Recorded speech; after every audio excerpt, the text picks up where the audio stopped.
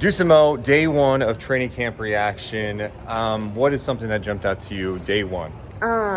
Day one, well, I had fun just seeing the guys like make some free throws, unlike last year, I felt like the free throws were being very much missed. And we should highlight that for a second because it's not like we just see the whole practice, right? We go in there for the last 2 minutes and they were doing a thing that they did last year, which is they got to make 2 free throws in a row, random players. If they miss one, everybody runs. It happened a couple of times. Yeah, you know who the first guy down the floor every time was? Who? JaVale McGee. Oh, yeah. JaVale McGee, Morgan, might be my day one training camp crush. MVP.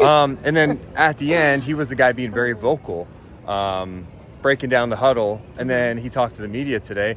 It was interesting getting his perspective. Like, he's very much a vocal leader. He's keeping guys focused. Yes. Oh, my God. You could tell, like, this guy's been around for a long time. He's been around a lot of winning. And he's like, hey, there are details and we have to be better in certain areas. One of my favorite things that he was talking about with those details, he was like, there could be a guy that's trying to work to get that training camp spot. And if you're a guy talking to him in line and then he goes into the drill and is all confused, coaches are just going to see that shit. They're not going to see that, oh, the guy was talking to him. It's actually the veteran's fault. It's going to be the guy that's trying to work to get that spot. He has to make sure he's paying attention. Everyone's got to make sure that they're just invested and present in every single drill. JaVale McGee made that clear. But he made that clear to the team at the end when they were in the huddle, kind of saying that as well. Yeah.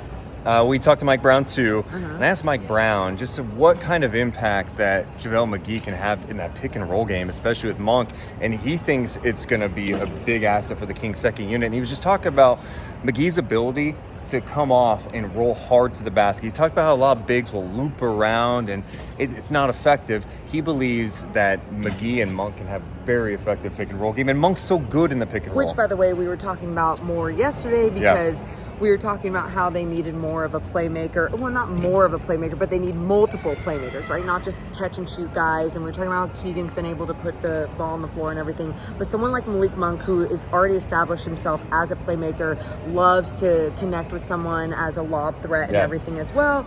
That, I think, is going to be entertaining and fun and obviously another weapon for them to use. Another thing Mike Brown was asked about was Keegan Murray and his progress. And he goes, we're looking for him to be aggressive. And he kind of hinted at, like, just wait and see. Just wait and see. I don't think they want to hype it too much, but I think they're really excited about the progress from Keegan Murray. Yeah, because then he was asked about Keegan's body size, and he's like, he can take a hit or two now. So I love that they're also seeing him be a little bit more physical, maybe being able to take a different type of hit in his year 2 in the NBA. And the last thing that was talked about with Mike Brown, he was asked about Sasha and JaVale McGee and how they're getting acclimated to the pace. And Mike Brown's like, yeah, we're the fastest team in the league. McGee is definitely capable of playing that way. And he said it's going to be an adjustment for both those guys because of how fast they do play.